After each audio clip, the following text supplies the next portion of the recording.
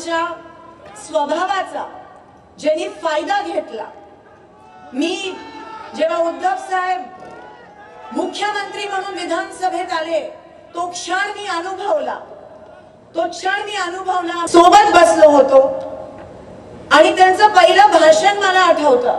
काय बोलणार आहेत उद्धव साहेब? पहिल्यांदा विधानसभेत आले, पहिल्यांदा त्या विधिमंडळात आले, काय बोलणार आहेत? आणि अतिशय सोजस आणि निरागसपणाने ते भाषण त्या ठिकाणी उद्धव साहेबांनी दिलं. आपण म्हणतो हिंदू हृदय सम्राट त्यांचा पुत्र, आणि तिथे येऊन तुमच्या शिपाई सारखं त्यांनी त्या ठिकाणी भाषण दिलं. तेव्हाच आम्हाला वाटलं की महाराष्ट्राला अतिशय योग्य असं नेतृत्व मिळालं आहे आणि महाराष्ट्र अतिशय चांगल्या अशा हातात या ठिकाणी दिला आहे. अतिशय नम्रतेने त्यांनी ते भाषण म्हणाले आणि ते म्हणाले, त्यांनी विधानसभेच्या समोर, आमच्या सगळ्यांच्या समोर, पूर्ण विधानसभेच्या समोर, विरोधकांच्या समोर नतमस्तक झाले आणि म्हणाले, महाराष्ट्राला मी तुझ्या सेवेसाठी इथे आलोय. आणि त्याच स्वभावाचा फायदा भारतीय जनता पक्षाने घेतला. ज्या मुख्यमंत्र्यांनी कोविड मध्ये दिवस रात्र काम केलं आणि कोविड मधून या महाराष्ट्राला मुक्त केलं, त्याच बीजेपीने उद्धव साहेबांच्या स्वभावाचा फायदा घेतला. रात्रीत सगळे त्यांचे खेळ झाले, सगळं त्यांचं रात्रीतच होतं, तुम्हाला माहिती आहे. 50 खोकी, ती शपथविधी विसरू नका,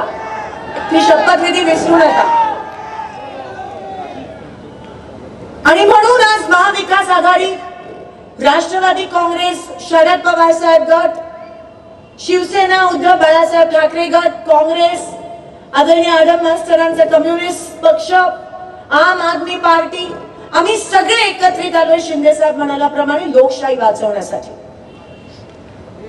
गोर गरिबांसाठी, कामगारांसाठी, शेतकऱ्यांसाठी आणि माझ्या माय माऊली महिलांसाठी, दीन दलितांसाठी, अल्पसंख्याकांसाठी. कारण का भारतीय जनता पक्ष फक्त 2 लोकांचा मायबाप आहे, अदानी आणि अंबानी. तुमचा वापर केला, इथे उपस्थित प्रत्येक खऱ्या शिवसेनेचा वापर मागच्या 10 वर्ष करून सत्तेत आले आणि सत्तेचा वापर करून सत्तेची मजा घेतली.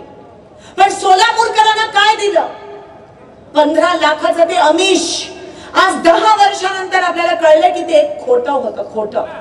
खोटं बोलणं ते त्यांची परंपरा आहे, वरपासून खालपर्यंत. आज सकाळी पण बोलले, खोटं बोलून गेले. 15 लाखाच्या आमिषावर तुम्ही त्यांना बहुमत देऊन निवडून आणलं. तुम्ही त्या उमेदवाराला ओळखत पण नव्हता, कोरी पाटी होती, काम पण नव्हतं, अनुभव नव्हता, तरी किती मोठ्या मनाचे सगळे शिवसैनिक आणि सर्व सोलापूरकर की तुम्ही त्याला निवडून आणलं 15 लाखाच्या ते आमिषावर. 5 वर्ष झाले, 15 लाख काय मिळाले नाही. परत ज्यांना ओळखत नव्हता, ज्यांना अनुभव नव्हता, ज्यांनी काम नव्हतं केलं, परत तुम्ही त्यांना निवडून आणलं. किती मोठ्या मनाचे. पहिला गेला, दुसरा आला, दुसरा गेला, आता उपरा आला. किती खेळ खेळणार आमच्या सोलापूरकरांसोबत? किती खेळ खेळणार? किती वापर करणार तुम्ही आमच्या सोलापूरकरांचा? आणि नुकसान आपला झाला, नुकसान या सोलापूर जिल्ह्याचा झाला, नुकसान सोलापूर लोकसभा मतदारसंघाचा झाला, नुकसान सोलापूरचा झाला, नुकसान सोलापूरच्या प्रत्येक माणसाचा झाला. ज्यांच्या पक्षाने त्यांनाच निष्क्रिय असण्याची पावती दिली आणि दरवेळेस सत्ता असून सुद्धा उमेदवार बदलावा लागला, ही किती लाजिरवाणी गोष्ट आहे. दरवेळेस उमेदवार बदलावा लागला. वाईट वाटतं महास्वामींचं की त्यांचं तिकीट कट झालं. कामच नाही, त्यांचा पण दोष नाही. 10 वर्षात सोलापूर खूप मागे गेलं, वाईट वाटतं. एक विमान सेवा सुरू नाही करू शकले, एक विमान सेवा चिमणी पाडली. 10 महिने होत आहेत चिमणी पाडून आणि अजूनपर्यंत यांचं टेक ऑफ आणि लँडिंग होत आहे. मग का पाडली चिमणी? का बोरामणी एअरपोर्ट जे शिंदे साहेबांनी आणलं, का त्याला पैसे दिले नाहीत? का थांबवलं? काम तर केलं नाही, पण झालेली कामं पण बिघडवली. बोरामणी एअरपोर्ट थांबवलं, एनटीपीसी वरून दुहेरी पाईपलाईन येणार होती, ती पण थांबवली. उद्धव साहेब, आज सोलापूर शहराला 8 दिवसाआड पाणी मिळतं. एवढी वाईट परिस्थिती कधीच नव्हती सोलापूर शहरावर. हे पाप भारतीय जनता पक्षाचं. आज 2 वर्ष झाले महानगरपालिकेची इलेक्शन घेतली नाहीत महाराष्ट्रात आणि पाण्याचं नियोजन नाही. आज 8 दिवसाआड पाणी येतं. त्या बोरवर मोटर लावावी लागते आणि त्या मोटरवर लहान लहान मुलं त्या मोटरला हात लावून मृत्युमुखी पडतात. कोणाचा पाप आहे हा? भारतीय जनता पक्षाचा. कालच औसे वस्तीमध्ये एका तरुणाचा मृत्यू झाला, त्या मोटरला शॉक लागला. रस्ते कुठे? स्मार्ट सिटी बनवण्याचं नाटक केलं. स्मार्ट सिटी फक्त 3 भागात बनवली. का आमच्या पूर्व भागात स्मार्ट सिटी बनवली नाही? का जिथे झोपडपट्ट्या तिकडे स्मार्ट सिटी बनवली नाही? का जिथे माझे कामगार राहतात तिथे स्मार्ट सिटी बनवली नाही? आणि स्मार्ट सिटी बनवायचीच होती ना, मग का सोलापूरला पाईपलाईन आणून 24 तास पाणी दिलं नाही? का तिकडे पैसे वाया घातले? कोणाच्या खिशात गेले हे स्मार्ट सिटीचे पैसे? एक दिवशी हे महाराष्ट्रात गुजरातला देतील चालवायला. रस्ते दिसत नाहीयेत म्हणतात 4000 कोटीचे रस्ते आणले. कुठे? अहो, शहरात रस्ते नाहीयेत, गावात रस्ते नाहीत. कुठे तुमचे 4000 कोटीचे? इतकं रेटून खोटं बोला. उद्योग, आयटी पार्क कुठे? एक पण उद्योग आणला नाहीये सोलापुरात एनटीपीसी नंतर. आणि ज्या थाटामाटात तुम्ही आलेले, जे पंतप्रधान म्हणतात की मी प्रत्येकाच्या खात्यात 15 लाख जमा करू शकतो, ते केवढं काय करू शकतात? केवढं काय करू शकतात? काय केलं? फक्त तुमचा वापर. तुमच्या मताची किंमत नाही राहिली बीजेपीला. त्या शेतकऱ्याच्या जीवावर निवडून आले, त्या कामगाराच्या, त्या महिलेच्या जीवावर, त्या तरुणाच्या जीवावर निवडून आले आणि आज तुमच्याच पोटावर पाय देण्याचं काम हे बीजेपी करत आहे. जीएसटीचा राक्षस, महागाई, दुष्काळ 13वा महिना, अशी परिस्थिती निर्माण झाली आज माझ्या सोलापुरात. जेव्हा मुलगा 10वीला बसला असतो आणि 10वी नापास होतो तेव्हा घरामध्ये दुखावता असतो की बाप रे, त्याचं 1 वर्ष वाया गेलं. तरी 10वीचा पेपर देऊ शकतो तो आणि पास होऊ शकतो. पण सोलापूरचं काय? 10 वर्ष मागे गेलं सोलापूर. कोण जबाबदार? आणि अजूनही येतात तुमच्या समोर आणि काय म्हणतात? उमेदवाराच्या चेहऱ्याकडेच बघू नका. किती फसवणार, अजून किती फसवणार? आणि म्हणून काँग्रेसची आणि महाविकास आघाडीची गरज आहे. कारण ज्यांना तुम्ही सत्ता दिली त्यांनी लोकसभेमध्ये जाऊन काहीही केलं नाही. त्यांनी खासदारकी वाया घालवली, लोकशाहीचा अपमान केला, तुमचा अपमान केला. केवढं काय करू शकले असते, केवढं काय बोलू शकले असते, पण नाही, त्यांनी वाया घालवली. आणि म्हणून महाविकास आघाडीची गरज आहे. त्यांच्या पक्षात तर ते बोलत नाहीत ना, हुकुमशाही आहे. लगेच बोलले तर ईडी बिडी लावतात त्यांच्या मागे. उद्धव साहेब, सोलापुरात विचारू नका. मागच्या 3 दिवसापासून त्याला माहिती आहे की जनमत त्यांच्या सोबत नाही आहे, तर फोन कॉल करतायत आणि धमक्या देतायत. ईडी करीन, कारखाना सील करीन, केस टाकीन, अरेस्ट करीन, मागच्या सगळ्या केसेस चालू करीन. फक्त धमकीचं राजकारण चालू आहे इथे. म्हणजे कसं? म्हणजे त्यांचे नेते असे धमकी देत आहेत, मोठे मोठे नेते. अहो, महाराष्ट्र चालवा, इकडे धमकी काय देत बसलायत? आणि सोलापूरची एकी बिघडवली ना तर खबरदार. हे 4 हुतात्म्यांचं शहर आहे. कोणी बाहेरचं येऊन आमची एकी नाही बिघडू शकत.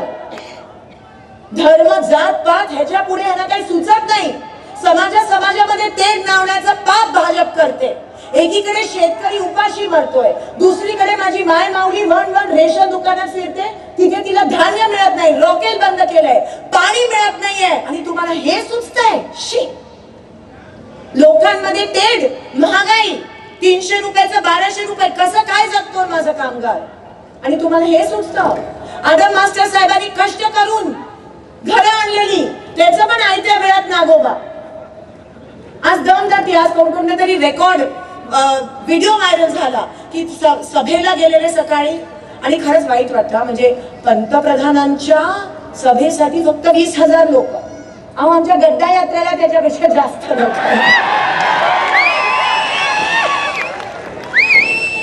आणि तिकडे माझ्या काही बीडी कामगार महिला होत्या आणि त्या म्हणाल्या की आम्हाला जबरदस्ती बोलवण्यात आलं, आम्हाला सांगण्यात आलं की तुम्ही नाही आला तर आम्ही तुमचा पगार कापू. खेद, शेम. आणि हे मी नाही, मला कोणीतरी तो व्हिडिओ पाठवला. हे मी नाही, त्यांच्यासारखं जाऊन करतात ना, हे बोला असं आपण करत नाही, गमदाटी देत नाही. आणि म्हणून मला असं वाटतं की आता सोलापूरला पुढे नेऊन जाण्याची वेळ आली आहे. मी 15 वर्ष तुम्ही मला सांभाळलं, 15 वर्ष तुम्ही मला तुमची आमदार म्हणून तुमची सेवा करण्याची संधी दिली. 3 टर्म तुम्ही मला आमदार बनवलं. ही सोपी गोष्ट नाहीये. या शहर मध्यातून कामामुळे तुम्ही मला आशीर्वाद दिला.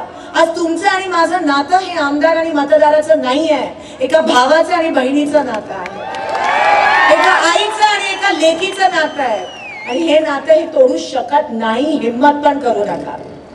या लेकीला पुन्हा एकदा तुमची सेवा करण्याची संधी द्या. युद्ध आहे, मतदारसंघ खूप मोठा आहे, 500 गावं भेट करून मी आली आहे. 7 दिवस राहिले आहेत. रात्र वैराची आहे आणि तुम्हाला माहिती आहे कसे येतात. गाफील नका राहू. 7 मेला आशीर्वाद स्वरूपात तुमचं मतदान या महाविकास आघाडीच्या तुमच्या या बहिणीला करा. मी 1 नंबरवर आपलं त्या ठिकाणी बटन आहे आणि आशीर्वाद देऊन पुन्हा एकदा तुमची सेवा करण्याची संधी आणि अहोभाग्य मला द्या. एक वेळेस ही लढाई माझ्या सोबत लढा. पुढची सगळी लढाई मी सक्षमपणे तुमच्यासाठी एकटी लढायला तयार आहे. या सोलापूरच्या प्रतिज्ञा, प्रणितीच्या प्रतिज्ञा, पहिली प्रतिज्ञा सोलापूर जिल्हा दुष्काळ मुक्त करणारच.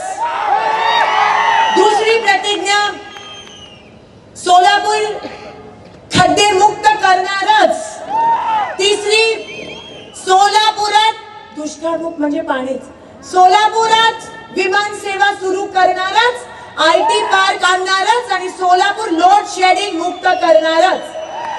या 5-6 माझ्या प्रतिज्ञा आहेत आणि मी वचन देते आज सगळ्यांच्या समोर. सगळे दिग्गज आहेत. खरं तर हिम्मत नाही होत. परवा पवार साहेबांच्या समोर बोलत होती, मी माझ्या वडिलांच्या पण समोर बोलत नाही. आज उद्धवजी आहेत. सगळे बलाढ्य नेते, सगळे अतिशय सुंदर बोलणारे. पण तुम्ही हिम्मत देता, तुम्ही मला हिम्मत देता लढण्याची. निवडणूक जरी माझी असली तरी विजय तुमचा झाला पाहिजे आणि येणाऱ्या 7 तारखेला आपण आशीर्वाद द्याल अशी आशा बाळगते आणि आपली रजा घेते. धन्यवाद. जय हिंद, जय महाराष्ट्र.